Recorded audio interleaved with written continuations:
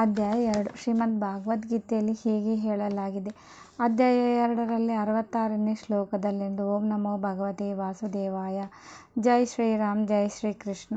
ಶ್ಲೋಕದ ಅನುವಾದ. ಶ್ರೀಕೃಷ್ಣ ಪರಮಾತ್ಮನು ಅರ್ಜುನನಿಗೆ ಹೇಳುತ್ತಿದ್ದಾನೆ, ಮನಸ್ಸು ಮತ್ತು ಇಂದ್ರಿಯಗಳನ್ನು ಗೆಲ್ಲದಿರುವ ಪುರುಷನಲ್ಲಿ ನಿಶ್ಚಯಾತ್ಮಕ ಬುದ್ಧಿಯು ಇರುವುದಿಲ್ಲ ಮತ್ತು ಆ ಆಯುಕ್ತ ಮನುಷ್ಯನ ಅಂತಃಕರಣದಲ್ಲಿ ಭಾವನೆಯೂ ಇರುವುದಿಲ್ಲ. ಹಾಗೆಯೇ ಭಾವನಾಹೀನನಾದ ಮನುಷ್ಯನಿಗೆ ಶಾಂತಿಯು ಸಿಗುವುದಿಲ್ಲ ಮತ್ತು ಶಾಂತಿರಹಿತನಾದ ಮನುಷ್ಯನಿಗೆ ಸುಖವು ಹೇಗೆ ಸಿಗಬಲ್ಲದು?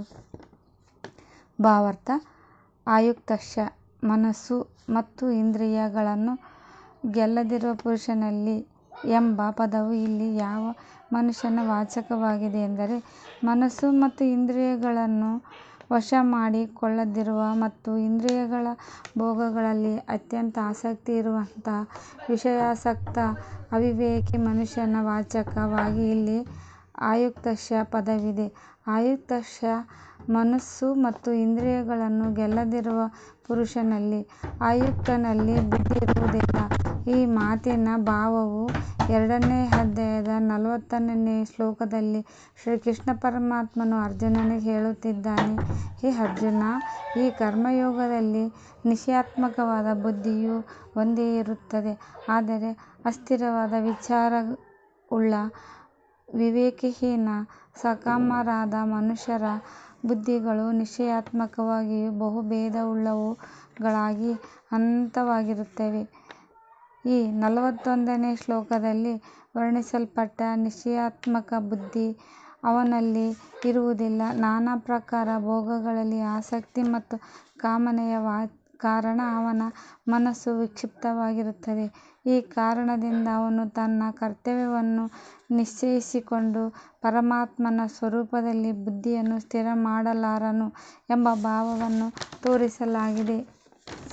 ಮನಸ್ಸು ಮತ್ತು ಇಂದ್ರಿಯಗಳಲ್ಲಿ ಅಧೀನವಾಗಿರುವ ವಿಷಯಾಸಕ್ತ ಮನುಷ್ಯನಲ್ಲಿ ನಿಶ್ಚಯಾತ್ಮಕ ಬುದ್ಧಿ ಇರುವುದಿಲ್ಲ ಎನ್ನುವುದು ಹಾಗಿರಲಿ, ಅವನಲ್ಲಿ ಭಾವನೆಯೂ ಸಹ ಇರುವುದಿಲ್ಲ. ಅರ್ಥಾತ್ ಪರಮಾತ್ಮನ ಸ್ವರೂಪದಲ್ಲಿ ಬುದ್ಧಿಯು ಸ್ಥಿರವಾಗಿರುವುದು ದೂರವೇ ಉಳಿಯಿತು.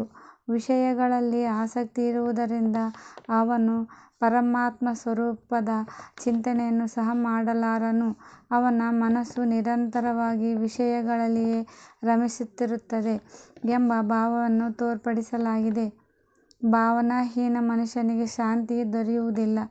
ಇದರ ಅಭಿಪ್ರಾಯವು ಪರಮಾನಂದ ಮತ್ತು ಶಾಂತಿಯ ಸಮುದ್ರನಾದ ಪರಮಾತ್ಮನ ಚಿಂತನೆ ಆಗದೇ ಇರುವ ಕಾರಣ ಆಯುಕ್ತನ ಯೋಗ್ಯವಲ್ಲದ ಮನಸ್ಸು ಯಾವಾಗಲೂ ವ್ಯಾಕುಲನಾಗಿರುತ್ತದೆ. ಅವನಲ್ಲಿ ರಾಗ, ದ್ವೇಷ, ಕಾಮ, ಕ್ರೋಧ ಮತ್ತು ಲೋಭ, ಈರ್ಷ್ಯಾದಿಗಳ ಕಾರಣದಿಂದ ಯಾವಾಗಲೂ ಚಿಂತೆ, ಕಳವಳ ಮತ್ತು ವ್ಯಾಕುಲತೆಯು ಇದ್ದೇ ಇರುತ್ತದೆ. ಆದ್ದರಿಂದ ಅವನಿಗೆ ಶಾಂತಿ ಸಿಗುವುದಿಲ್ಲ ಎಂಬುದೇ ಅಭಿಪ್ರಾಯವಾಗಿದೆ. ಶಾಂತಿರಹಿತ ಮನುಷ್ಯನಿಗೆ ಸುಖವು ಹೇಗೆ ಸಿಗಬಲ್ಲದು? ಈ ಮಾತಿನ ಭಾವವು ಚಿತ್ತದಲ್ಲಿ, ಮನಸ್ಸಿನಲ್ಲಿ ಶಾಂತಿಯು ಪ್ರಕಟವಾಗದೆ ಎಲ್ಲಿಯೂ, ಯಾವುದೇ ಸ್ಥಿತಿಯಲ್ಲಿಯೂ, ಯಾವುದೇ ಉಪಾಯದಿಂದಲೂ ಮನುಷ್ಯನಿಗೆ ನಿಜವಾದ ಸುಖವು ದೊರೆಯಲಾರದು.